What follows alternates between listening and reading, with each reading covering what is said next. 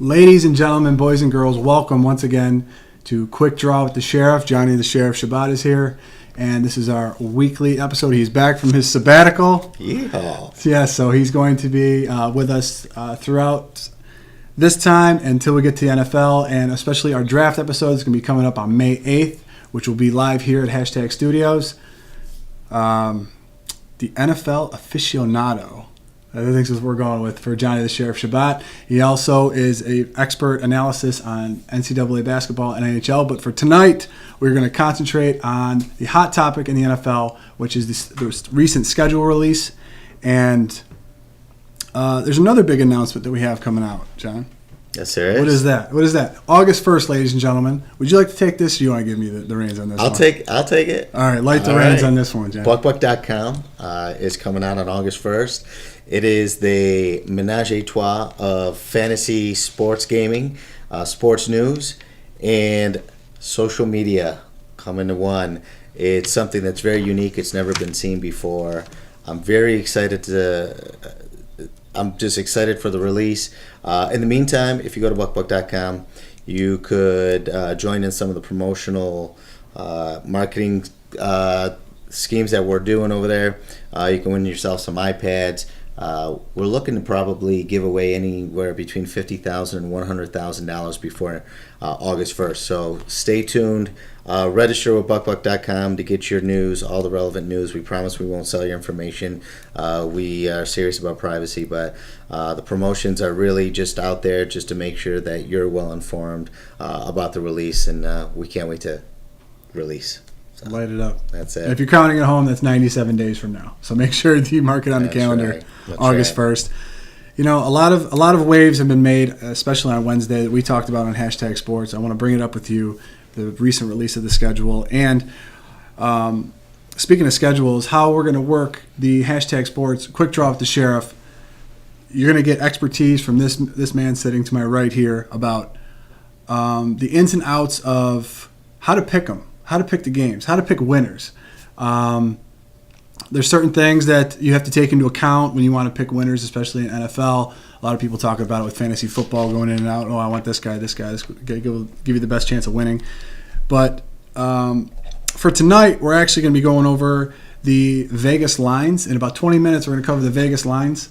Then we are going to cover the over-under for Week 1, and then the over-under for records for the season. For the NFL season. In about 40 minutes, that's what we're going to go over. But right out of the gate, schedule was released, so everyone just kind of goes to their computer and goes nuts and says, who has the toughest schedule? Who has the weakest schedule? So right out of the gate, how do the Colts, with a 430, have the weakest schedule from the year before? This is based on the 2013 schedule and the winning percentage of the teams that they're playing, and we all know that gets thrown out the window at the end of the year, because every year you're going to have new teams at the top. And I mean, if you look at Atlanta, for example, they went to the NFC Championship game, and then the next year they just fell apart. Houston is another team that's done that, and every year you're going to see new teams. So these, the strength of schedule, you can just throw that out the window come Week 1, but this is a great topic to cover in the news, especially when we don't have any football games to watch this Sunday. So let's talk about the Colts. This is one of the. Everybody wants to talk about how easy the schedule is for the Colts, but the Colts are playing 3 different teams that are coming off a bye. This is one of the most difficult games for any team in the NFL. When you play another team coming off the bye, that team is that's freshened up, it's healed, and if you've ever played any form of sports in your life, you understand how important it is to get that extra time. So the Colts, even though they have the easiest schedule, by no means, to me, I think they've dropped 4 or 5 places in the strength of schedule as far as ease. I think you look at the Titans and how easy they are, and the Texans and Jacksonville and the Ravens. Those guys got it pretty easy, but to be honest with you, I don't know if it's going to make any difference for teams like that. The Texans, they're in a rebuilding stage right now. They just gave up their quarterback. They're getting old on offense. Arian Foster's got some mileage coming. He's hitting. I'm not sure if he's gone past his prime yet. I mean, he's still going to be a fantasy league top 10 pick, and they'll be okay. But I just don't see them winning over 8 games at all. Maybe they're a 6-game winner next year. Jacksonville, I don't know if they're going to be the England Jaguars, the UK Jaguars in the next few years. They got to get people in the seats. I think they need to make a splash. This coming up draft is going to be extremely important in the kind of team and the kind of player that they pick up for their team.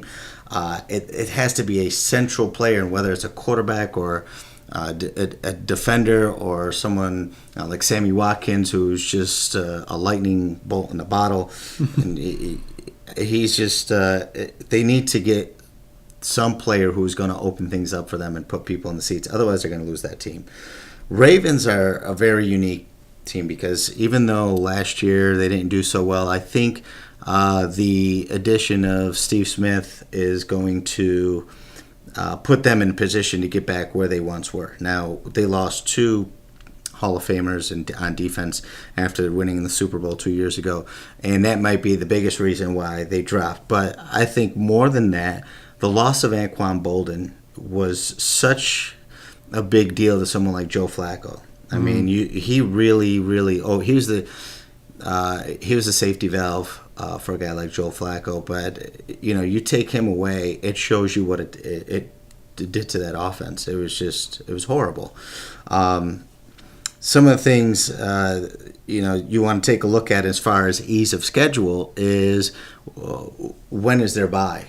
Yes. If they have their bye early or is it in the middle of the season. And one of the things I look for, especially as a gambler, as a handicapper, I always look for the matchups and the contenders and how brutal and nasty the team that you're playing. Like, for example, anybody who plays San Francisco is going to have a higher percentage of losses on the game after that they play San Francisco. And to me, that's worth -1.5. That's how I measure it. So you may win against San Fran that game. You may get lucky and win. But the game after, you're going to be so beaten up. And those are brutal schedules when you play one nasty team after another. And you'll take a look at it when Pittsburgh and the Ravens were – those games were epic when you watched the Ravens and the Steelers play each other. And they would always – both teams would always end up losing the next week because they would just beat each other up so bad. And anytime I see – a situation where you're playing a nasty football team, someone who's going to come in and punch you in the mouth. If you play New England's a team of finesse. But New England, the way what they found, and the Ravens did it, and the Steelers did it, the Giants did it best in the 2 Super Bowls. But you punch New England in the mouth, and they panicked, and New England was a lot easier to beat the week after they played the Ravens or the week after they played the Steelers. They're much easier to defeat. So those are some of the things that I would look at. So when you look at these ease of schedules, they're just looking at the last year's record. What I look at more or less is I try to predict who are going to be the good teams and who are going to be the bad teams and who are going to be the smash mouth teams, the teams that are going to run you over and brutalize you. The usual, yeah. Body slam your mother. I hope not. Yeah. Good Lord. And if I were to, up front tell you, who were some of those teams, the Seahawks are one of those teams. I think any team that plays the Seahawks, the 49ers are another one of those teams. And a lot of these teams are in the NFC. I mean, there's hardly, if I was to look at the AFC and say, okay, which team scares me? Which team do I not want to play against? I don't really see one. I mean, even Denver. Denver's a finesse team, although they just picked up a few incredible defenders in DeMarcus Ware and Keep Talib. These are guys that Ward too, yeah. and Ward, the safety. That's right. And these are guys that are scary. You don't want to go down in the middle.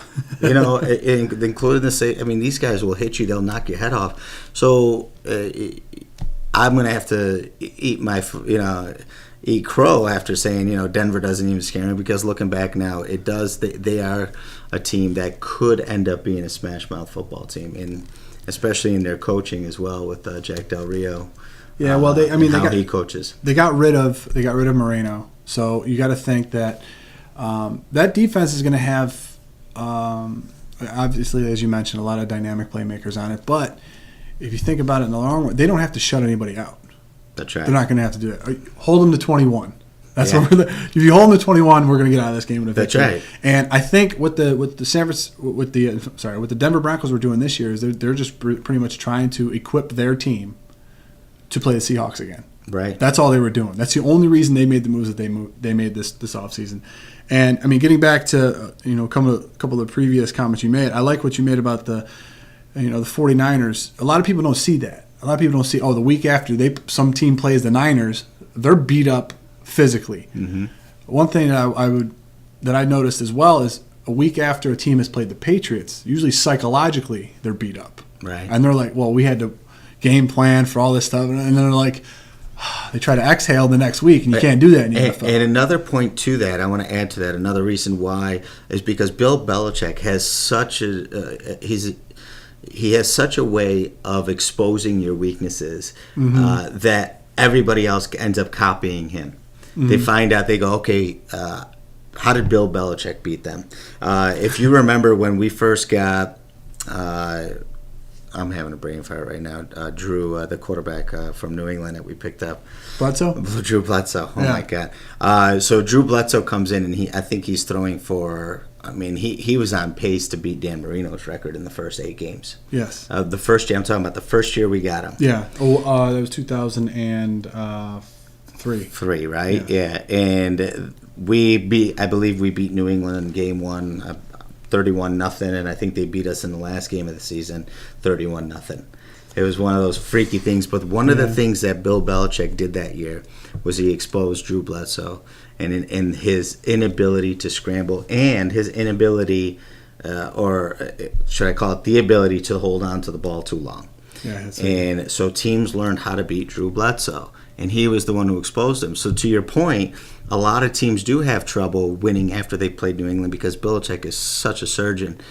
He's able to dissect your team and just completely expose your weaknesses. Yeah, because most head coaches will focus on, listen, this is what we do well. Right. We're going to do this well. They have to try to stop us. Belichick's like, I know what you can't do well. Right. I'm going to expose that, even though, Gronk had like 12 catches the previous game because that was the weakness on that team. Gronk may be a decoy this week. Right. So someone else will be will be the focus. Right. And it's interesting because, and I love how you brought up the point of these are just numbers. Previous year, it's just for guys like you and I and other radio stations to talk.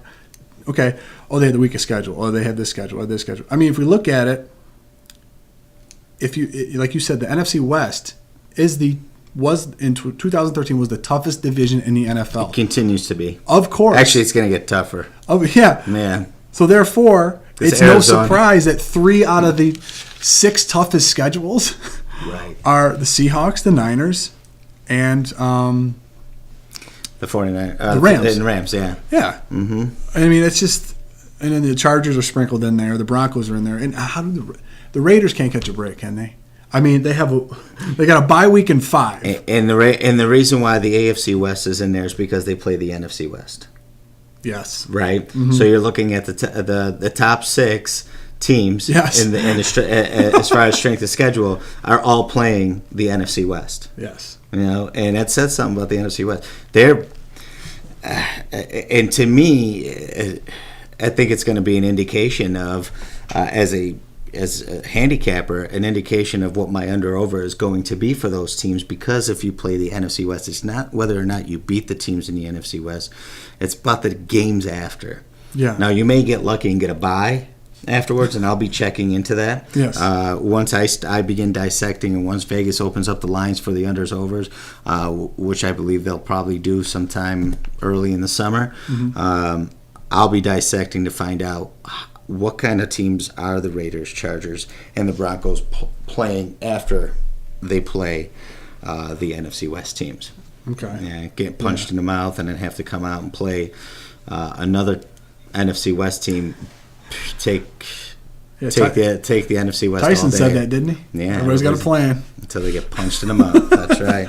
Ladies and gentlemen, this is Quick Draw with the Sheriff, Johnny Shabbat, exclusively through Hashtag Sports. You can find us at hashtagsports.net, bukbuksports.com, and ultimatesportstalk.com. And coming, like as we mentioned at the beginning of the show, coming August 1st, we'll be talking Bukbuk.com, the menage a trois of fantasy, social media, and late-breaking news. It was interesting, too, what you were talking about, the schedule being released. Everyone is always in an uproar. Other than the teams that play other teams, like, how does it affect some of the teams going into the season as from a team aspect? Can you say, are the Raiders sitting there in Oakland going, oh, we have the toughest schedule, and they're almost defeated before the season? Or I think as a player, you go in, every player's looking at the schedule as soon as it comes out. Mm-hmm. And one of the first things they look for, I think there's two things that may be tied for the first thing that they look for. Their rivalries, their matchups. Mm-hmm. For example, the 49ers are probably saying, okay, well, when do I play the Seahawks? Right? And vice versa. Mm-hmm. And the second thing you look for is your bye week.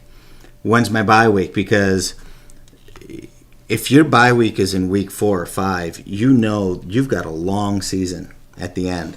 And players get fatigued, man, in this league. Those guys that have the bye week in 7, 8, or 9 love it because it gives them that break right in the middle. Mm-hmm. And knowing it's a well-needed, especially during that time. When you play 8, 9, 10 games in a row, it's brutal on your body. And that's when injuries occur. Yeah. That's why, again, when you look at strength of schedule, I'm going to start picking out who's got those bye weeks in weeks 4 and 5 and 6. Because come week 15, 16, and 17, I'm betting against you. Just because of the fatigue and probably the injuries. Does it work the other way as well? Because, just looking at we got the bye weeks here. Week 11, you got Dallas, Jets, Jacksonville, and Baltimore. Week 12, you got Pittsburgh and Carolina, more specifically Pittsburgh and Carolina. Mm-hmm. They have their bye week in week 12. So are weeks 9, 10, and 11, are you looking to pick against Carolina and Pittsburgh? No, you could. Because they went that long stretch, or no? Not really, no. Remember, we're not that far from the days where there were no bye weeks. That was a dozen years ago. And, teams are able to deal with that. And really specifically, it's the rookies that you have an issue with. Is rookies aren't used to playing more than 10 or 11 games, but they are used to playing 10 games in a row, 11 games in a row. Mm-hmm. And that doesn't bother me, no. As a matter of fact, that's, to me, it's in my opinion, it's an advantage. You go into that right after those bye weeks. These teams might be looking at making a push for the playoffs, and getting that rest it's extremely motivational, and they're going to come in and they're going to fight harder. The momentum's in their favor. So, to me, I look for those teams to have a better win percentage than the teams with the early buys. All right. Any other little tidbits of information? Yeah, some of the quirks that are in the NFL schedule this year that kind of, it just makes me feel funny. Like, how is this done? Like, for example, Peyton Manning's played in New England for the last 5 years. Why can't New England go to Peyton Manning for once? Denver's gone to New England the last 3 years, and I believe that when he was with the Colts the last 2 years, he went into New England. At some point, I'd like to see New England. That's a huge advantage for them, especially in the AFC, where these two players, Tom Brady and Peyton Manning, are usually fighting for that number 1 spot. It's a huge advantage for Tom Brady. One of the other things this year, which I rarely ever see, the Pittsburgh Steelers, 15 games Eastern Standard Time time zone games, and only one game in Central Standard Time. That's a huge advantage for a team. They're already, they're up there in one of the easiest schedules of the year, and add this, they're not traveling. Traveling is hard on a body. I mean, especially when you go to the West Coast, you get that little bit of jet lag. Your body needs time to adjust, and just flying in and of itself is exhausting. Just your body goes through that pressure of an airplane, and there's things that they do now, like they wear compression pants to make sure that the blood flowing properly. The amount of water that they feed these guys, I believe it's like 8 to 12 ounces of water every single hour. They force these guys down, and a lot of that has to do, with the science of having to fly and the fatigue that you feel. Pittsburgh doesn't have to do that this year, and that's a huge advantage. Another quirk that you might want to take a look at, the last 5 years, 4 out of the last 5 teams who've opened up at home against the Philadelphia Eagles has gone to the Super Bowl. This year, the Jacksonville Jaguars bet against Jacksonville going to the Super Bowl. Like the Madden cover. This is, yes, exactly. Yeah, exactly. So the Jags, good luck. Wish you well. New England Patriots, the 4 out of the first 6 games that they play this year are away. Then they play the Buffalo Bills. After that, it's another 35 days before they see an away game. 35 days, a month and a month and a little bit. For the first time ever, Cowboys and Bears both play on Thanksgiving. And they play each other the week after in weeks 13 and 14, and the first time that teams play back-to-back Thursdays in NFL history. So that's an interesting fact. That isn't. Yeah. I still can't believe that New England got 35 days off. 35 days at home. I believe that the Emperor Belichick is controlling the Senate. Yes, he is. I think he's the secret man behind the screen. Mr. Kraft and Mr. Goodell are good friends. Oh, man. So, Gillette, the best New England can get, apparently. That's right. So, another thing, too. In talking about the schedule, it starts with week 1. And, the decade of experience that you have with these games, with observing the NFL, and like I mentioned before, the NCAA and the NHL, the lines have come out already. Yeah, Vegas lines, yeah. And it's exciting. Yes, it is, and we have the Sheriff 6-shooter actually coming at you. There's 6 bets that he has already.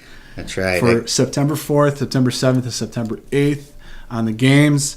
And they happen to be New England at Miami, Green Bay at Seattle, Cleveland at Pittsburgh. I believe it is San Francisco at Dallas, and Buffalo at Chicago. He's going to give you his picks for the 6-shooter. So what do you got in those games? I got 6 shots here. Hopefully hopefully my hand is steady. I could hit these targets. So walk 10 paces, then come back. That's right. So I'm looking, when I first look at a bet, some of the first things I want to take a look at is matchups. When I look at 2 teams together, I look at offensive line versus defensive line. I look at quarterbacks versus DBs. I look at running backs versus linebackers, and vice versa. And then I look at coach versus coach. I always look for the gimmies, and they're hard to find in the NFL. The NFL is one of the toughest leagues to find a gimme because the parity is one of the best things about the NFL. And they've done a great job at creating parity amongst the teams. First game I want to talk about is the Fail Mary. Fail Mary 2, Seattle over Green Bay. The line is at 5.5, and the under/over is at 44.5. For Green Bay, they've got the refs, so they've got real refs this time. They're not going to mess it up. If not, they got the fiber optic cameras from the NHL. Yeah. Now that being said, in the last 10 years, I've only seen maybe one other defensive or offensive pass interference or defensive pass interference called on a Hail Mary on the last play of the game. And there's some bad ones. I mean, I remember times where I believe there was a time where they were doing it was either a goof field goal kick or a fake field goal kick, but if memory serves me right, I mean, one guy was wide open, he threw it to him, and it was clearly pass interference, and they didn't call it. They rarely ever do. So give the refs a break. They were part-time refs. It was the first game of the year. Straight out of Foot Locker. It's hard. Exactly. Yeah. You're selling shoes, now you're calling games. Exactly. So that being said, this game looks really easy to me. As a matter of fact, I could see a blowout here. Seattle over Green Bay. Green Bay does not have a good defense. Seattle, to me, has one of my favorite quarterbacks in Russell Wilson. Not much has changed there. I know they lost one of their DBs, but nothing else has really changed. Nothing significant at this time. I think you could see a score here where Seattle can blow them out by at least 14. And I think they can score 40 points themselves. You might see a 45-31 game here. And I'm going to take the Seattle, and I'm also going to take the over in that game. Ooh. Green Bay's defense is not that good. 2 shots fired already. Yeah, that's right. 2 shots fired, and I think both of these are, I mean, at this time, I don't know what Green Bay is going to do that's going to improve their defense so much that Seattle can't score 40 points. I mean, I don't think there's a player out there in the draft that can change that for me. And I'm not sure that, I will say this is pre-draft picks.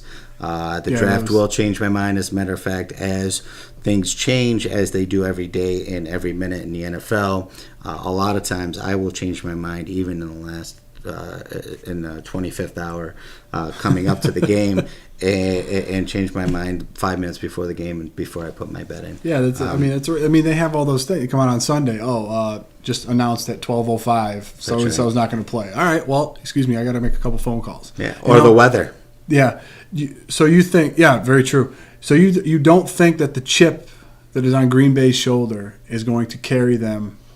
No. That motivate them, and a team that's just coming off of winning the Super Bowl.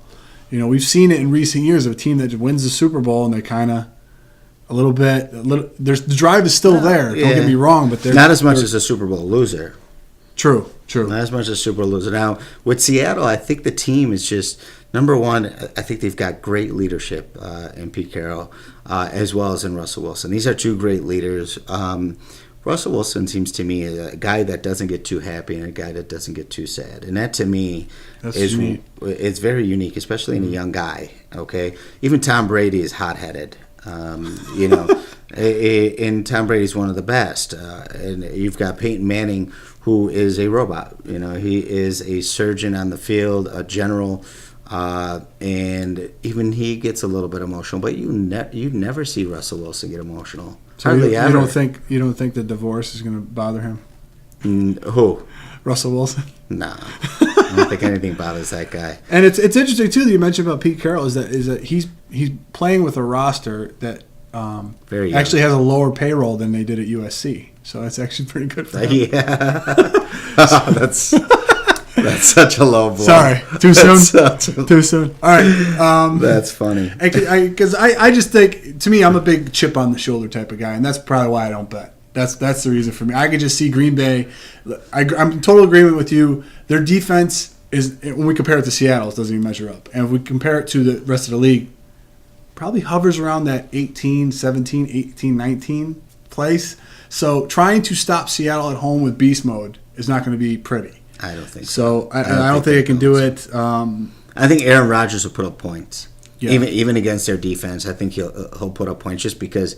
To me, Aaron Rodgers, I think, is the most difficult quarterback to prepare for because he's so mobile. He's extremely accurate on the run, and his NFL IQ is off the charts. The guy, he's seen it all, and he's brilliant.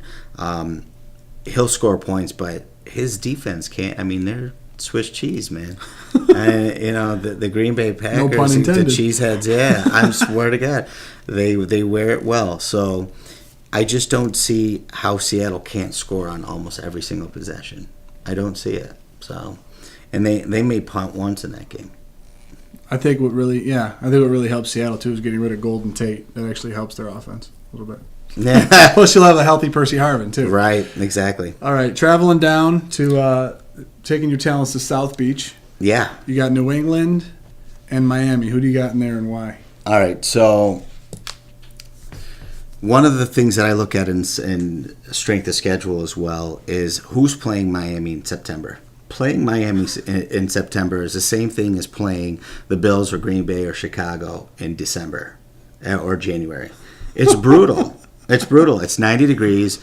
The baseball season is still going, so they've got that baseball dirt all over the place. It's hard.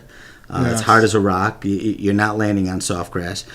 These players hate it. They hate going down to Miami in September. So you're looking at probably an 85 to a 90-degree weather game. And that's brutal, especially for a team like New England who's probably not going to see 85 or 90 the entire summer in Boston where they practice. So also New England has a way of getting hot late. And they do it every year. They start off slow, and I think the big reason for that is Belichick's genius really comes with some kind of data mining. He needs the tape.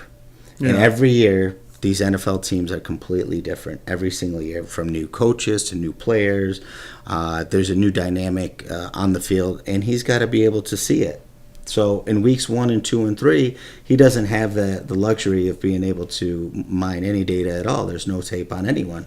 And you're not going to take preseason. I mean, every team plays vanilla, and they don't show their hand at all. And I'm not sure of the exact record, but if you look at Belichick's first 3-game record over the last 5-6 seasons, it's terrible. I'd be surprised if it was over 500. I always usually bet against New England in games 1 and 2. I think it's a good bet, and then bet on them in December. Every year you just bet on them in December. Yeah. They're just phenomenal. Now, is this a rarity that comes along when you're betting? Because I know it's September. We're 5 months out. I know that, but the favorite. I mean, out of the 16 games being played, 13 of the home teams are the favorite. Now, is that a commonality that you see a lot? Because in this particular game, New England does go down to Miami. They're bringing Revis with them to probably lock up Wallace. They have to deal with Moreno over there now. Is that something that you see more often, that even though there's parity in the league, that the home team will always get that little edge when the line is being... Well, the rule of thumb is the home team gets 3 points. On a neutral field... You have it's a 0 spread. Then whichever home team is going to give away 3 points. That's how it is. So anything over 3 is how Vegas considers the one team favored over the other, how much better they are. So if New England, say, is favored, I think, what is it, 4? 3.5. By 3.5. So on a neutral field, Vegas thinks that New England is 6.5 points better than Miami. Actually, Miami's favored in that one? No. New England's favored. Yeah, that's what I thought. So on a neutral field, New England is 6.5 points better than Miami. Now you go to you go to New England, and the spread would be 9.5. Okay. If that makes any sense. Yes. Okay. I'll get it as we go. Right. So that's how it works. I mean, to me, Miami was one of those teams that fell apart in December of last year. They were actually in the playoff talks. Lost to Buffalo twice. That'll do it. Right. Yeah. And they beat the Colts in Indy. I believe they beat New England once early in the season. Everybody beat the Jets. But they played a lot of tough teams, and they did really well. I believe they went into Atlanta and won. They had a good season last year, Miami, until the end. So, like I said, but playing in Miami is a huge advantage. I just don't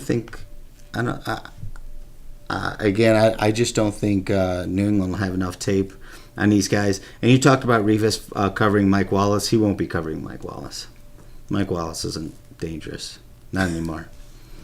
He's just not. You put him on Heartline?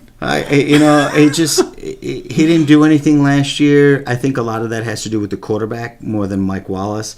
The inaccuracy. I mean, he'd be 3 yards past the safety and be overthrown by 10 yards or underthrown by 10 yards. Mm-hmm. Nobody could get him the ball, and that's unfortunate. But I don't see Rivas covering Wallace next year.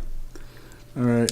But what do you got for me? What's next? I got another Pitt? Browns and Pitt. Yes, Right. the old division rivalry. Yes. Mike Pettin going to see Mike Tomlin. This is, the Steelers aren't the Steelers that we've known for the last 10 years. They're just not. They're in a rebuilding stage. Now, they do a better job of rebuilding than most franchises do in this league. Even during the rebuilding stage, they're a team that can win 9 or 10 games during the rebuilding stage. A lot of that has to do with the coach, and as well as Ben Roethlisberger. Defense has a big part to do with it. This game is unique in that the Browns don't have a quarterback right now, at least not one that's proven long term. They got that kid that went down against the Bills. Tore his knee, tore his ACL. Hoyer. Yes. And he's unproven. Now, I know he went and won like 3 or 4 or 5 games in a row before the Bills came in and ripped his knee, shredded his knee. So I like him. I'm also, they've got the 4th pick overall. I'm also under the impression that if Sammy Watkins is there, I think they take him. And I think you put him across from... What's his name? Gordon? Josh Gordon. That's just deadly. I don't give it. I really don't care you got who Cameron the in the middle there, quarterback too. is. Yeah. I mean, how do you not just whip that ball around? These guys are incredible. They've got incredible speed. Gordon is just a freak of nature, and I've watched the tape on Sammy Watkins. The guy, I can't remember seeing a guy that small play so big. He covers a very large area. It catches with his hands. His body control is one of the best I've seen in a wide receiver. He kind of reminds me of a Steve Smith, kind of just nasty, and it maybe even a Hines Ward with speed, a lot of speed. Yeah. So. It just, if they get this guy, I think Cleveland's in the playoffs. And I think they have the right coaching in place. And I know that they've had to pretty much fire the entire organization and start all over. But I like Mike Pettine. They don't know how good they got it.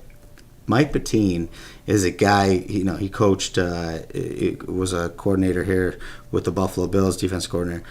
We're going to miss that. The Bills are going to miss that big time. Mm-hmm. And Pettine is a great coach. Nobody works harder. He's in there first. He's out last. And he's incredibly smart. And they've got a great guy there. So I think they're going to do a good job. I think if they can just pick up 1 or 2 good weapons, I think Hoyer's their guy. I think they stick with him until he proves otherwise. But you get him some weapons. Like Sammy Watkins, I think they can go. I think they're a 10-game winner next year, which is a big deal in the AFC. Yeah, it's interesting too to see the remake of Cleveland that's been going on, because honestly, the Cleveland Browns are just the Cleveland Browns by name. Mm-hmm. I mean, this is essentially an expansion team from '99. Right. So they're not really the long lineage of history. The real Browns are in Baltimore and Ravens, right now. Yeah. So when you look at the Cleveland Browns, a lot of times this season they're probably like. You have fans on both sides saying, well, you see Josh Gordon, and you're like, well, what if we had another one of those? Right. Or you could say, oh, we got to keep Hoyer upright. Because I remember in a mock draft that I see them taking Matthews and putting Matthews and Thomas there. So it doesn't matter who your quarterback is. Right. You can put us there. We're not getting touched. And you got Mac in the middle as the anchor. But I could see that line going back over to Cleveland by the time after May 8th, and by the time that game starts, Cleveland will be favored. by the time that game rolls around. I wouldn't doubt it. Oh. I wouldn't doubt it. And Pittsburgh, like I said, they're not the same Steelers that we're used to. Mm-hmm. They're not. They're in a rebuilding stage, so they're. This is a perfect time for Cleveland to come in and kind of take the torch away. So. All right, and then next we have on the gamut a 4:25 game. San Francisco, another home team on the road, giving 3.5 points to Dallas. The over/under is 48. Who do you like in there and why? I like the 49ers. 49ers have been in the NFC Championship 2 years in a row. I'm sorry, and they lost by one little 1 yard short pass. I think the year before in the Super Bowl it was 1 yard too long. I think this year he throws it right perfect. And if you look at the Super Bowl against Baltimore, he literally was maybe about 4 inches too deep and maybe 3 inches too short in last year's game against Seattle. So Kaepernick to me is kind of Aaron Rodgers 2. He's extremely difficult to prepare for. Mm-hmm. He's got legs. He's got the arm. Last year they took away something from him, and nobody talked about it all year, but they took away the pistol. Mm-hmm. And it's smart. It was a smart thing to take it away. The year before they put it in because I think Harbaugh put him in game 10 or 11. It was very late in the season. Mm-hmm. You can't play the pistol all year. You destroy your quarterback. The NFL is just way too strong, way too fast, and Kaepernick would have been injured by game 8. So he comes in, in game 11, game 12, takes him to the Super Bowl.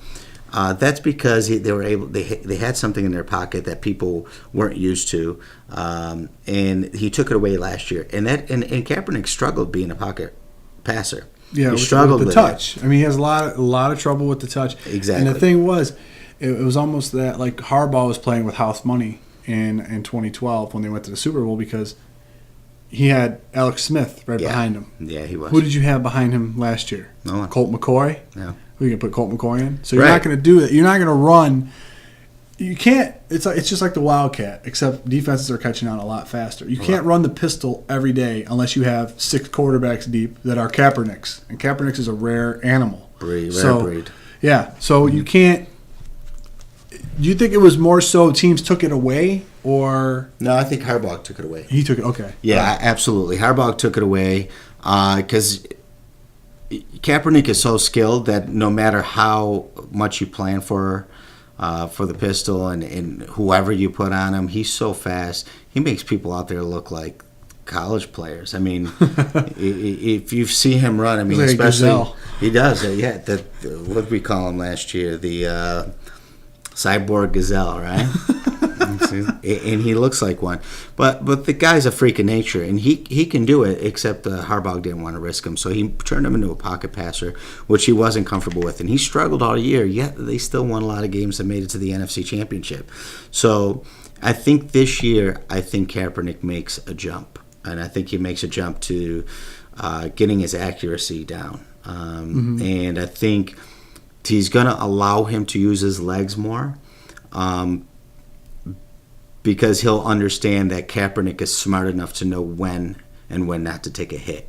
And that's the biggest thing is if Kaepernick's going to run, is he going to be smart about it? And I think in his third year, he'll be a lot smarter than last year. So they're going to open things up. I still think Dallas is a circus. It's a big circus. Jerry Jones is the biggest clown.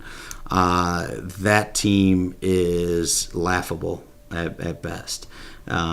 They lost to Marcus Ware, which is probably a good thing for them. I mean, it opens up a lot of cash. It opens up a lot of cash for them, and they'll pick up a few good players. I wouldn't be surprised if Dallas made a splash in the draft on May 8th. So look for him to do some wild trades, whether he's going to trade up or trade down. And I think if he trades up, look for him to trade in the top 10, maybe even top 5. He's just the kind of guy. He's nuts. He's looking for. He wants to be the center of attention at all times. He thinks he's a genius. He wants to prove it all the time. I think he went and got a medical exam and did a test on his brain, said he had the brain of a 40-year-old, and he posted it online and showed off about it for like 3 weeks. So look for him to make a splash. Biggest ego in the NFL, and that's saying a lot. I mean, there's a lot of big egos in the NFL. So, again, they're just a bunch of clowns. Romo's coming off an injury. Who knows how he's going to be? Who knows if he's going to even be back in time for preseason? Yeah. So, we don't know. That's a big question mark. Who do they have for weapons? I mean, they don't have anybody anymore. No. They don't. They don't have anybody scared. They're going to struggle unless something extremely drastic can... Right. Like you said, like Jones is going to do something, but who's he going to get rid of? He lost half the guys on his squad anyway. Right. And he's got 155-year-old defensive coordinator. Yeah. And Monty Kiffin up in the booth, so... Right. And the crypt keeper. I don't know what he's doing up there. But weren't they the worst defense in the history of the NFL last year? No, if they weren't, they were close. Close, seriously. If they weren't, they were close. It's just bad. And San Francisco's going to come in and kind of just embarrass them. And they should. They should.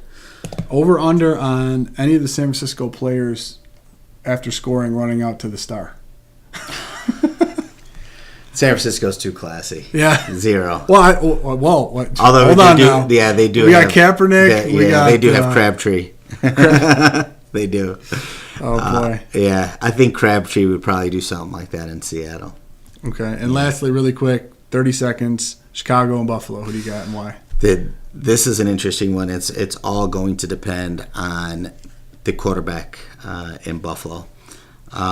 E.J. Manuel has been doing a lot in the offseason to train. He hasn't had an offseason.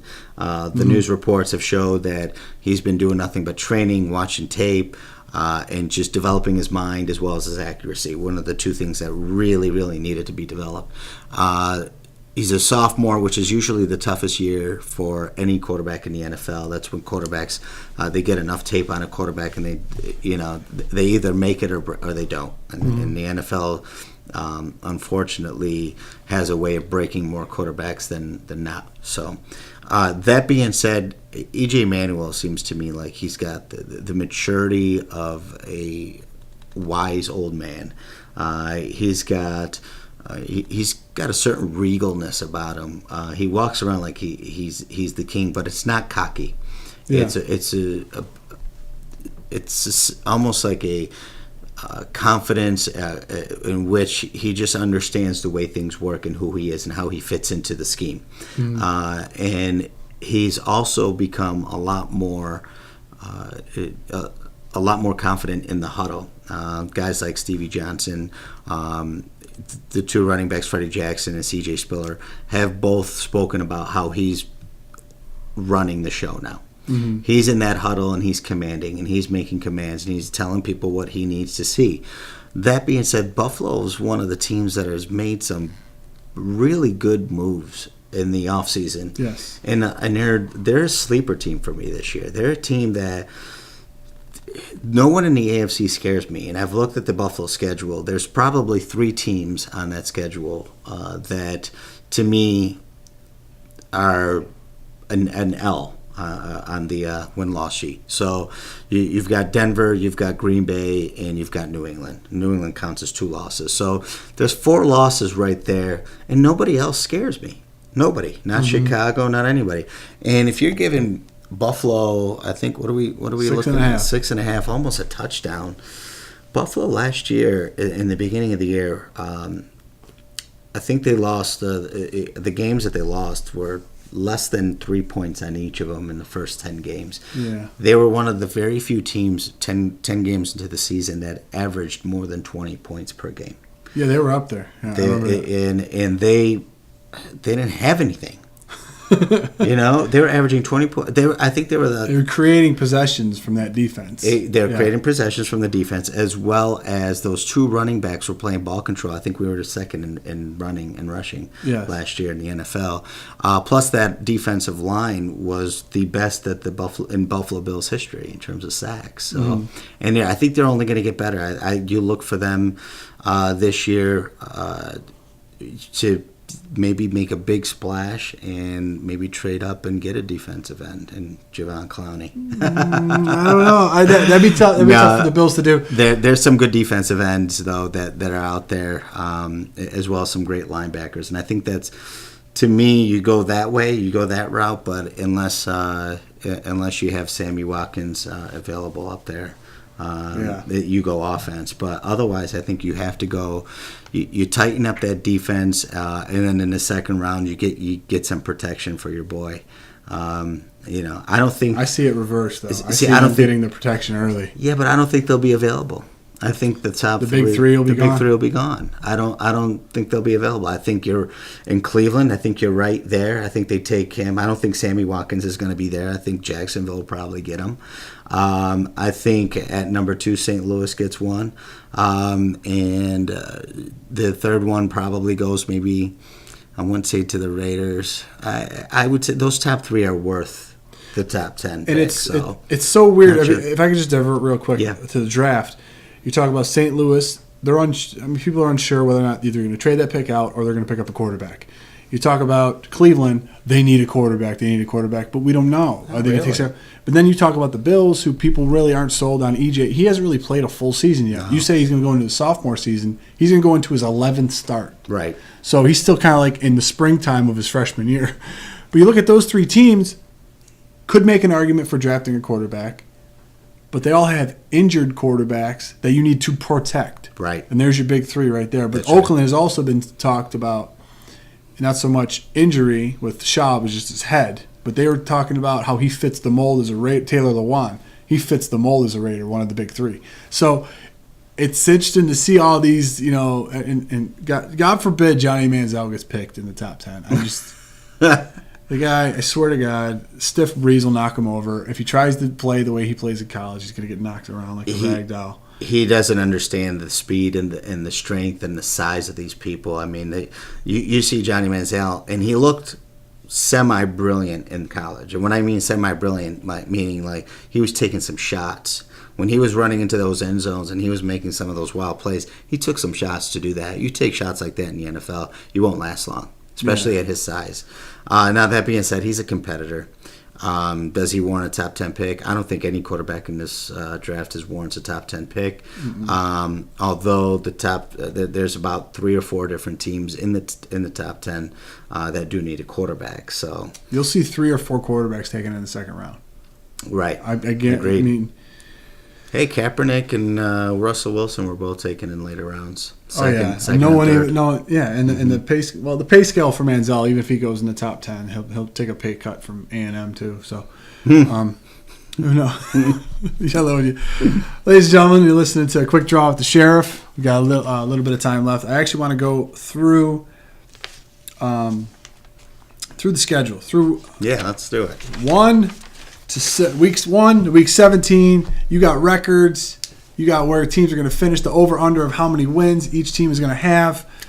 And it's interesting, too, and if we get enough time to the end, we're going to cover it, the new playoff system that might be implemented with adding a team. And Goodell is all for it. I don't know why he wouldn't be for it. But it's like when you shell out that $10 million for the salary cap at the start of the season, you're pretty much telling everybody, buy more players so you better chance to make the playoffs. And he took a little shot. I don't know if anybody noticed it. If everybody's seen the article. He took a little shot at the other leagues because in hockey and in, not so much in hockey, but in basketball, half the league makes the playoffs. Yep. He says, well, we're still only going to have 14 of 32 teams, so we're still going to be very competitive. And I was like, did you just take a dig at the other teams, at the other professions? So right. We'll do it like baseball. Yeah. It's just 5 teams from each division. So going through, we got the teams.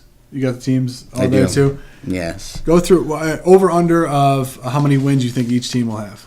Sounds good. Again, do not write these down and think that this isn't going to change. I will have this information up. We're going to have it up either buckbucksports.com. I give my daily picks there. You can see in the future, I'll have my top 10 teams in the NFL. I'll have the top 10 worst teams. I'll actually rank them from 1 through 32, and this will change all the way up to week 1. So make sure you stay tuned. Let's look at we'll go game by game and start there, and then I'll give you the under/over in terms of games. First game, Seattle, Green Bay. Seattle's a Super Bowl team to me. They are in the toughest division. They play San Francisco, they play Arizona, and they play the Rams. And the worst teams in that division are better than 90% of the teams in the AFC. So even though I'd like to say the under/over for that for Seattle is 13, I'm going to say 12. Okay. Although I do believe they're a Super Bowl contender. Green Bay. The under/over for them there. They play Minnesota, which I'm not really afraid of. Chicago, which I'm not really afraid of, and Detroit, which I think is. I don't know what to think of Detroit. They're going to have a new coach, so we'll see what they're up to. So, Green Bay, I look for them to win the division, and the under/over for them is going to be 12 as well. Okay. Atlanta, New Orleans, great division. Atlanta coming off a terrible season. New Orleans losing all those players in the offseason. You still got Jimmy Graham, who's not showing up. Any player that does not show up to any of whether it's volunteer practice or something that is mandatory, it scares me. Look at Jimmy Graham getting injured this year. I almost guarantee he will be injured this year for 2 reasons. Number one, he'll either fake it because he doesn't want to play and injure himself and risk losing all that money for the next big deal, or he'll actually get injured because he hasn't practiced and he won't practice until the first game of the season, where he'll end up showing up. So look at New Orleans and Atlanta as being mediocre this year, but New Orleans a little bit better. I'd say the under/over for New Orleans is going to be 10 games, and Atlanta is going to be 8. Okay. All right. St. Louis and Minnesota. Minnesota's. They've got such great talent on that team, and they've just got no quarterback. Who's that? They got Matt Castle. What are you doing? Yeah, I mean, it's just one of those. It's one of those teams right now. I just don't see him winning over 6 games. I'm gonna say the under over 7, but I don't see him winning over 6. I think with Matt Castle, they win 6 games. Without him, they win 8. Oh, really? So that's funny. Bring somebody. Ponder. Christian Ponder. He's mobile. I don't know. They're you got all those weapons, though. You do. You got AP. You got Rudolph's going to be coming back. You got Patterson. You got Jennings. How could you not be an explosive offense? And to me, you've got that Patterson kid 84 who is incredible. Incredible. Just give him the ball on the bubble screen all day long. I would throw to him on every single play. He's as violent and exhilarating to watch as AP. So I like Minnesota, but they don't have a quarterback. And to me, the quarterback is the heart and soul of that team. And they just don't have the defense to play, a quarterback managed offense, so to speak, like a Dilfer, or a Johnson, Brad Johnson, Brad Johnson in Tampa. So I'd say the under is 7. St. Louis, toughest division in the league. I think with them, unfortunately, I think Sam Bradford is injury prone. I wouldn't be surprised if again, he's injury prone, but like you said, do you get somebody up front to protect him so he doesn't get injured, or do you pick up another quarterback? What do you do? Get someone to get out of there when it breaks down. Right, yeah. And you've got a guy like Terry Bridgewater who is extremely mobile, didn't do too well in his pro day or in the combine, but he did. Watching the tape, it looks pretty great, and he reminds me of a Kaepernick in terms of his strength, arm strength, and his legs. When you're watching the tape, but that's a big deal. So I'm gonna say St. Louis is 8 under/over. Okay. I see St. Louis getting beat up by that division too much. And like you said with Seattle, what you said with San Francisco and Seattle, the week after you play those teams, it's really tough on you. Even though they may play a weaker team in the next week, it's going to be. But I could see the Rams splitting games in the division all the way around. I don't think there's a team in the division that they can't beat, including San Fran, including Seattle. I think they could beat both teams. Last year, I believe they went into Seattle and they lost by like 2 points. So they played tough. And they played really tough. Yeah. And they had a third-string quarterback in that game. Clemens, yeah. So it's just their defense and their coaching. And when you have those rivalry games within a division, I wouldn't be surprised if the Rams took one from each of those teams. So the Steelers are in a weak division. I don't know if there's anybody that is going to scare me in that division. It's not like the old rivalries. The Ravens are pretty much shot. Their defense doesn't scare me anymore. Joe Flacco's got one weapon back, so it should open things up on the offense. To me, it's about coaching and Ben Roethlisberger. I'd say 9 games for them. 9 and 7. Browns. This is pre-draft. I think what they take in the draft is going to dictate how I feel about them, whether or not they take a quarterback or a wide receiver. I think it's going to be one of those two picks. I think the Browns, they could also go, and like you said, go and protect their quarterback as well. So Browns, I would say 7. Okay, you got the Cleveland Browns as of right now, before the draft, current roster that they have, 7. You have them winning 7 games. Mm-hmm. You think that with the 4th overall pick, they're going to get better? Yes. Okay, so we're probably projecting May 9th, so to speak. We're going to say May 9th. It's a 9? It depends what they take. Like, yeah. If they take something that I really don't agree with, it might go down to a 6. If they take Manziel, I'm going 5. Right. But then he might be injured by week 4, so I mean, probably could go back up to 6. Right. Seriously. So, the Browns are one of those.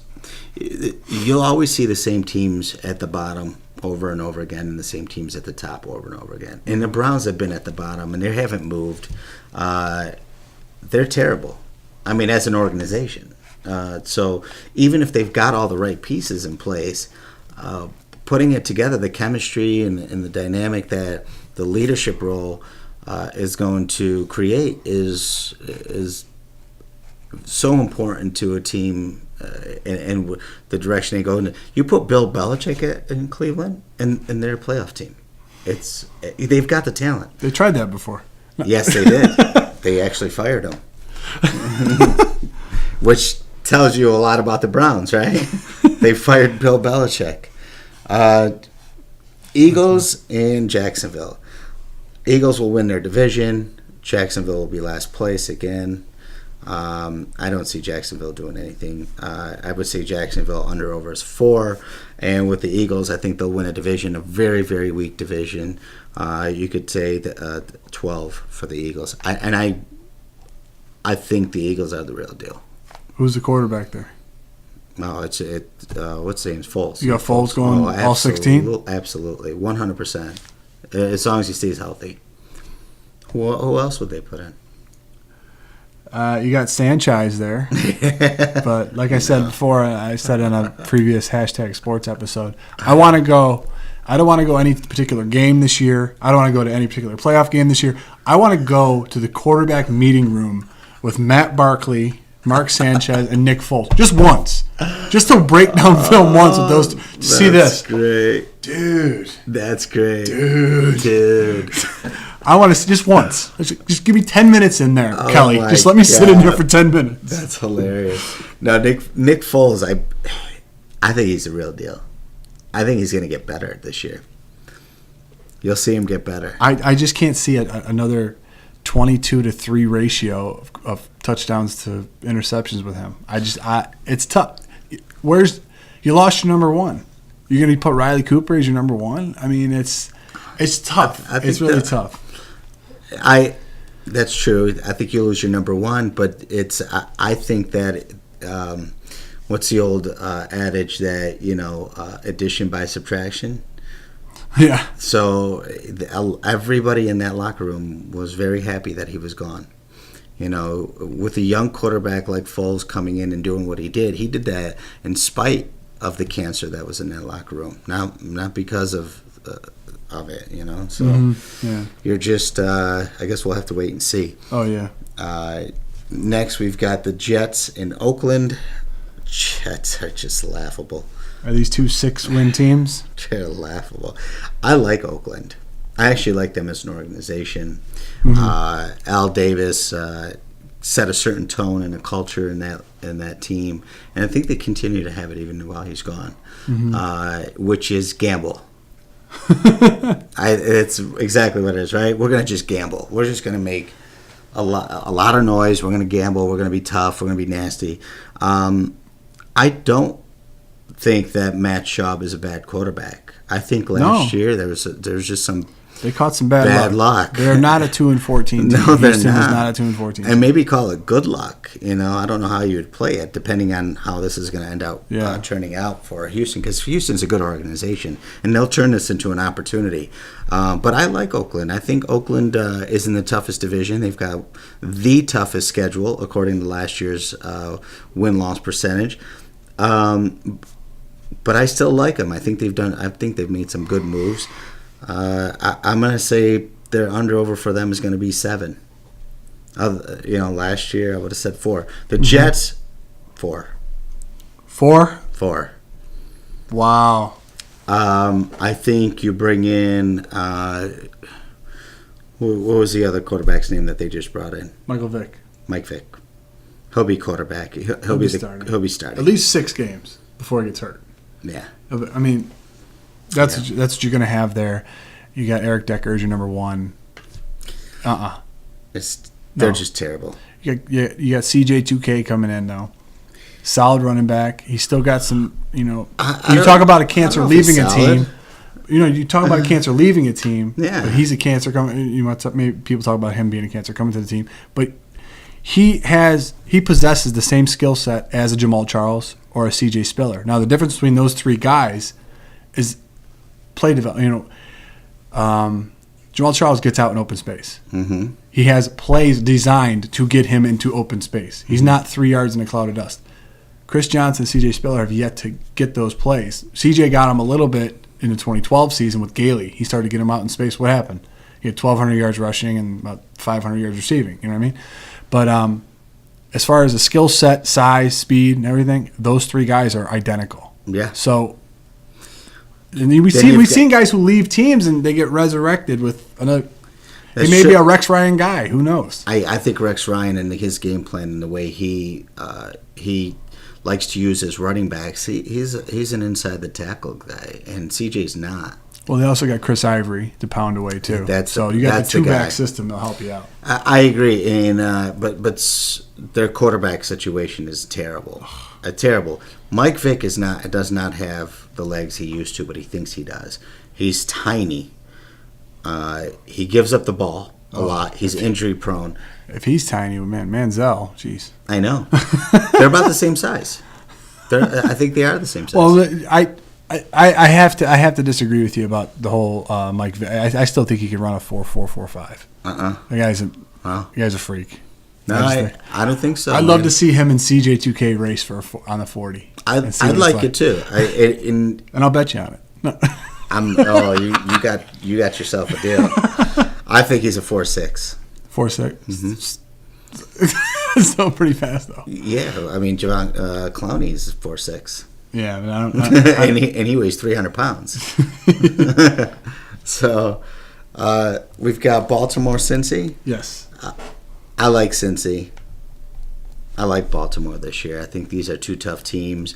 I think the acquiring Stephen Smith is going to help Flacco so much. A lot of people are really down on Flacco, and they shouldn't be. You take away a guy's weapons and you take away his defense. There's so much Flacco was able to do because the defense kept him in games. You were able to run the ball. You were able to play your game without having to be one-dimensional. But when you take that away and Flacco all of a sudden has to play a different form of game, then he's got to get used to it. You took away all his weapons, at least the good ones. I think this year you'll see him open back up again. I'm going to say Baltimore and Cincy, the under-over is going to be 9 for both of them. Okay. I mean, Flacco got a tremendous gift when Kubiak came up there and brought Owen Daniels with him. Now you got Pittett and Daniels too tight. Doesn't have to really, spread the, he could spread the wealth a little bit, but he doesn't have to be back there dropping 5 yards. You got Kubiak, who's, you got Shanahan, who's the Kubiak-Shanahan reign. Mm-hmm. They run that zone protection, zone running game. Yeah, that's what they're going to do most. Right, and that is going to help out. Denver. It's going to help out Ray Rice. And they're just trying to find their identity now. I mean, they won the Super Bowl with the defensive mindset. They tried to still be a defensive-minded team, but they didn't have the two horses there. And Flacco had to carry the load. Well, we saw what happened when and Rice had the lowest rushing of the year. Yeah. So, it was really tough for him. So they got to try to find their identity. Maybe Steve Smith gives that to him. Maybe you're right. Maybe he gives them that attitude that they want, that swagger for Baltimore. You know what I mean? Well, I think the problem is when players go into a huddle, they know exactly how much everybody gets paid in that huddle. And they look at Flacco and they go, hey, you just got $120 million. You better give me $120 million worth of good throws, So everybody says, okay, well, Flacco got this big, huge contract. He's going to have to earn it. The guy, it's not like he got better. His paycheck got bigger, but he stayed the same quarterback. And you just can't expect more from a guy than what he is, Just because you paid him more than what he is doesn't mean he is what he is. Mm-hmm. And I think that's something the organization's got to get used to. Would I have given Flacco that much money? Absolutely not. Nobody would. No, nobody. Just Baltimore. He's not that great. I don't even think that he's... I don't know. I think Ben Roethlisberger's better. I mean, I think there's got to be about 10 quarterbacks that are better than Joe Flacco. But Joe Flacco is a great, not a good, but a great game manager. The guy makes the throws when he needs to make them, but most of the time he's just smart. He's just very smart. And he's got a hell of an arm. Oh, yeah. I mean, but you got to think, if a Denver safety, who will remain nameless, can play center field, he doesn't get $120 million. No, he does not. So it's amazing how one play can determine. That ball should have been picked. He went to his left, threw off balance, and just chucked it. If I was that safety, if I was that safety, I'd be tweeting Flacco daily asking for money. Chicago, Buffalo. All right. These are two similar teams, in my opinion. I think they're. I think the quarterback in Cutler is way better than our quarterback. But, I mean, in terms of wins, losses, I think these are two of the same teams. I'm going to go with 8 for both teams. I think the under-over is 8 for both teams. Although both teams are on the fence to really make a push towards the playoffs. In depending on, again, the quarterback position. It really always, Cutler, it's always in his hands, and unfortunately, he messes up a lot. But eight's like a safe pick. Do you pick 8?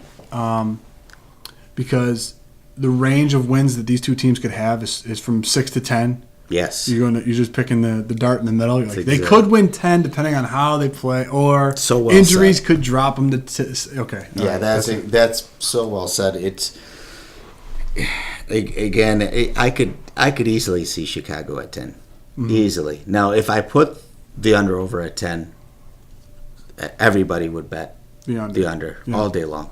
If I put the Bills at 6, everybody would bet the over. Yeah. So I really did give the Bills 2 games more than I want to, and I gave the Bears 2 games less than I want to, and put them both in the middle. But I can see both teams winning 6 or winning 10. So let's see here. Houston, Washington. This is today.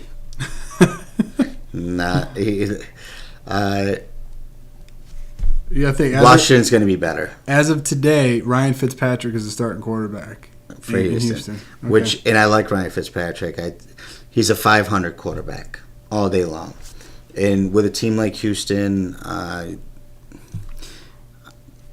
just don't see him being more than a 500. Well, they're defense and run minded though. That's the one thing you got to remember about Houston. And they brought like 85 guys from New England down. Absolutely. As a coaching staff. That's true. So that's what their main focus is going to be. So it's interesting to see what's going to happen. At the end of the day, the quarterback holds the ball on every play. Yes. At the end of the day. And to me, I look at coaching and I look at the quarterback. Those are the two things that really move a team in terms of wins. They're going to give you the most movement one way or the other. Mm-hmm. I really don't know too much what the coaching is going to do yet in Houston. It's so new. And I know what Fitzpatrick is. He's a 500 quarterback. He's incredibly brilliant. What did he score? Like a 42? 48. 48? On his Wonderlic? On the Wonderlic? Yeah. Right. And the guy got a 1,500 something on his SAT. Right. He's a Harvard grad. Yeah. We all know how smart he is. At the end of the day, he's a 500 quarterback. And he'll continue to be. And we are who we are. So I'm going to give Houston 8. Pre-draft, they're 8 and 8. Okay. And Washington is in a terrible division. I think they're the second best in that division. I think the addition of the cancer, I mean, call it a cancer if you want, but the addition of the cancer is going to make them a better team. And I think their quarterback RG3 needs to keep his mouth shut and grow up a little bit, but I think he'll have a better year. Call them a 9. Ooh, that's high for me. I know. It's one of, but there's such a weak division. Oh, true. They'll win 2 from the Giants and 2 from Dallas. Oh. Yeah, Dallas is terrible. So that's Can't wait till we get to them. That's 4 games, right? All right. So KC, Tennessee, Yep. I think KC last year did exactly what I thought they would. I called it. The schedule for them was going to get tougher in the last 6 games, and I believe I may have called it on one of your radio shows where I talked about the playoff game and them losing to the Colts. Now, they shouldn't have lost to the Colts. They should have won that game. Yeah. Being up like 40 points. It seemed like it, yeah. But they second backup quarterback, they backup running back. Yeah. Their backup running back breaks his leg. What are you going to do? And then you lose Flowers and a linebacker. Well, you can't make that up, especially on the road in a playoff game against T.Y. Hilton and the boys. So. Yeah, but that's on offense. No, I'm saying they lost 2 defenders, key defenders, and they lost 2 offensive guys too. Yeah, right. So right, okay. how are you going to do that? You know what I mean? You're up 40 points, you figure it out. I mean, Bill Belichick won 10 games with Matt Castle. 11. 11, I'm sorry. You got to make it 11 because it makes it sound worse. That they didn't make the playoffs and they won 11 games. Yep, exactly. So KC, I think they're just one of those teams that I think is going to get worse as the year goes on. I believe they lost, what's his name, to Miami, their best offensive lineman. Mm-hmm. And I think when he went down last year with a knee injury, I'm having a brain fart right now. Do you remember his name? I can't think off the top of my head. I'll try to look it up. Yeah, he just went to Miami in the offseason. Well, he had that knee injury. When he went down is when Kansas City started losing games. It was when he went down in week 10 or 11. So I'm going to give KC an 8. Case, okay. Tennessee, I think losing CJ 2000. You give him 5? Yeah. Yeah. Yeah. CJ 2K, yeah. Yeah. And Brandon Albert. Brandon Albert was that's the who it was. Yeah. Yep. New England, Miami. New England's going to win the division again. 11 or 12. You know what? I'm going to give them 12. They could win it with 10, conceivably. With the division, absolutely. Yeah. Miami, I think they're the 3rd best team in the division. I'm going to give them a 7. All right. And Carolina, Tampa Bay. Carolina's ridiculous, and they're losing Steve Smith is going to hurt a little bit, but they're just so good. I'm gonna give Carolina a 12. Yes, 12. Yeah. With the receivers they have? They don't have any receivers, right? What they? I think they got they have the journeyman 3. Yes. They just went out and got journeyman. Like every player, every wide receiver that's available still in your fantasy draft. Yeah. Week 7. Yeah. That's who they picked up. They picked up Kotchery. Yeah. Yeah. I'll look it up too. I'll look up the other 2 they picked up, but it's not. I still think Superman's got that ball, and he's incredible. And I think they're more of a defensive-minded team with run and stop the run kind of. So they picked up Jericho Kotchery, Jason Avant, and Tyquan Underwood. Those are the 3 receivers. I think last year they had a combined reception all together, all 3 put together, and I think probably Woods from the Buffalo Bills had more receptions than all 3. Well, Kotchery had some key touchdowns for Big Ben last year. Yeah. That was the only glaring guy. Look, Tyquan, he floated around. He went. I think he was in. I think he might have been in Tampa, but then Avant. Yeah, he got hurt. He wasn't. But there's some great wide receivers in the draft this year. Oh, deep, very deep. So yeah, they could, and they may pick up 2. I thought they were going to pick up Nix. I so thought that he was going to go back to Carolina. I was extremely surprised when they didn't. He lobbied for them to pick him up, and he should have. I'd love to play with Cam Newton. Oh, really? They should have picked him up. He has huge hands, biggest hands in the NFL, outside of Crabtree. All right, we've got San Fran and Dallas. San Fran, I'm going to give them a 12 along with Seattle. Dallas, I'm going to give a 4. Wow. 4-12 for America's squad, huh? I just don't see anything from Dallas this year. Yeah, I don't see it. What was your Tampa Bay one, too? I think we kind of glared over that. What'd you get? Did you give Tampa 5? You know what? Where did I put him? I didn't even put him on there. No, actually, Tampa Bay is an interesting one. Yeah, Lovey's one of my favorite guys. He got fired from Chicago. He won 12 games that year, didn't he? When he got fired? I want to say 11. Maybe 11 or 12. Yeah. And the guy's a great coach. And he's got a very, very young team. I think Tampa Bay goes in and maybe takes a quarterback in this draft. And 10-6. 10-6. Mm-hmm. Okay, so yeah. Made the playoffs. Yeah. So I'm gonna say 6 games for Tampa. Okay. It's Denver, Indy. This is fun. This is tough, especially on the Indy one. Denver has a tough schedule. They play the NFC West. They play the AFC East as well, which isn't that easy. I mean, some of the teams that beat a finesse team like Denver are the defenses that are just going to punch you in the mouth. And if you look at Buffalo's defense, you look at Miami's defense, as well as the Jets' defense. So those are 3 defenses that will just punch you in the mouth. Denver will win their division easily, but I think their under-over is 11. Go 11. Denver 11? Mm-hmm. Indy, they're so likable, and you want to root for a guy like Andrew Luck. I love their owner.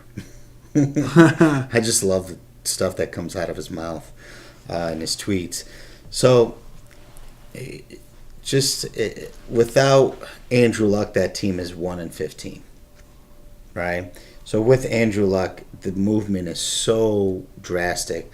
I mean, they could be a 9 or a 10 win team. Just because of one guy. It's really going to depend on what kind of receivers they can bring him, because the guy has no weapons right now, and he hasn't had any except. Well, you got Hicks and Hilton now there. Right. So, or Nix and Hilton, I'm sorry. Hakeem Nicks, yeah. And T.Y. Hilton's great, but he was there last year. And, he was kind of their only weapon when Harrison went down. Not Harrison. Wayne. Reggie Wayne went down. He's thinking about making a comeback. So if you could see the 3 of those guys healthy. If they could go healthy. With Fleener at the tight end position. And then you got Vic Ballard coming back. Gotta go. Get Trenton out of town. I'm gonna go ahead with 11. 11. It seems like a safe bet. That's what I was going to put down for both of them as well. Yeah, you just look at the dynamic of the Colts. You didn't know which team was going to show up from week to week because they can go out there, they can beat the 49ers, they could beat the Seattle Seahawks, they could beat the Denver Broncos, and then they lose to St. Louis, then they lose to Miami. Who's going to show up which week? Right. So that's the thing that was really tough gauging. Now, watching those games, a lot of that was Donald Brown and the guy they picked up from Cleveland, Trent Richardson. Thank you. It's Friday. It's late. I'm having problems recalling names. So, if you looked at it, Donald Brown was not a good blocker on third down throws. And they would just blitz every third down. He's usually running routes, though. That's why. well, when they blitz, he had that option to run a route or pick up the blitz. Yeah. And he would call it at the line. Donald Brown was getting run over. And that's the big reason why they picked up Trent Richardson, was not for the running, was for the pass coverage on third downs. And when they lost those games against the Rams, and they lost that game against Miami, a lot of it was Donald Brown getting run over on that pass protection on third down specifically. Detroit Giants are terrible. I'd give them a 4. In Detroit, they're a big question mark. I don't know. They've got so much talent. I mean, on defense and offense. They could easily be a 12-game winner, but I know coaching last year really it was just terrible. I think there's a lot of immaturity on that team, starting with Ndamukong Suh. You can't believe with the quarterback they have and the wide receivers they have and that defensive line, and how does a team like that not win 10, 11, 12 games? New coaching in there. I'm gonna play it safe here and go with 10. As the summer moves on, after the draft, I'll be able to maybe change that up or down. Okay. Arizona, San Diego, 2 teams that have extremely tough schedules. I'm going to have to go. They're in Arizona. You got to go with Arizona at home. And on that one, I'm going to take Arizona with a under-over at 9 and San Diego under-over at 9 as well. They seem like the mirror images of each other in each conference, don't they? They are. I think Arizona's a little bit better. Yeah. I just think that San Diego's got the easier schedule playing in the West, AFC West. I mean, I like I'm a fan of Rivers. I don't know why not a lot of people like him. No, not many people put him in the discussion of the great quarterbacks in the league. But the guy got a lot of heart. I mean, yeah, he cares. Him and Gates have hooked up for the most touchdowns of any quarterback tight end tandem in history, and that's never talked about. Yeah. Why has nobody said it? So I'll tell you why. We've all played. Anybody who's played sports has been around a guy like that. That unlikable guy. If he's on your team, you love him. Mm-hmm. If he's not, you hate him. Yeah. Because he just trash talks all day. He's annoying. He's in your face. But when he's on your team, you want to fight with him. You kind of carry on his attitude. And the problem is there's only one San Diego Chargers team and 31 other teams. So the balance there is lopsided. So you get so many other teams that hate a guy like that. And that's, I think, the big reason. And the other reason is because he was in a draft where you had Eli Manning and you had Ben Roethlisberger, both of who have 2 Super Bowl rings each. And he has 0. Yeah. That's what sort of the run to the litter. Unfortunately, he was traded for Eli. Yeah. So, yeah. But that's pretty much it for me, man. Any closing statements before we wrap this bad boy up? Yeah. Take a look at Bukbuk.com. Sign up, register. There's a question up there right now where you could win an iPad. If you go on there, answer the question, 3 of those answers are right, 3 of them are wrong. I'll give you that clue. So pick the right 3. You move on to the drawing, and we're giving away an iPad once a month for 6 months, the iPad Air. the best one that they've got on the market. So I hope you register. When you do register, you'll be able to get a news about what's coming up next, including other promotions where we're giving away between $50,000 and $100,000. Alrighty? Do I get to register? Yes, you Or do. am I disqualified from, No, you're from good, being man. participating? You're good. Everybody's good. Well, ladies and gentlemen, thank you for joining us for a quick draw with the Sheriff. Like I said, you can check out Bukbuk.com coming August 1st, or you can check out BukbukSports.com. Also, you can check out the whole crew, #sports.net. On May 2nd, we will be back with the quick draw with the Sheriff. And on May 8th, we will have our live episode right here from #Studios for the Sheriff. I am the Game. We'll see you next week. Go Papa John's.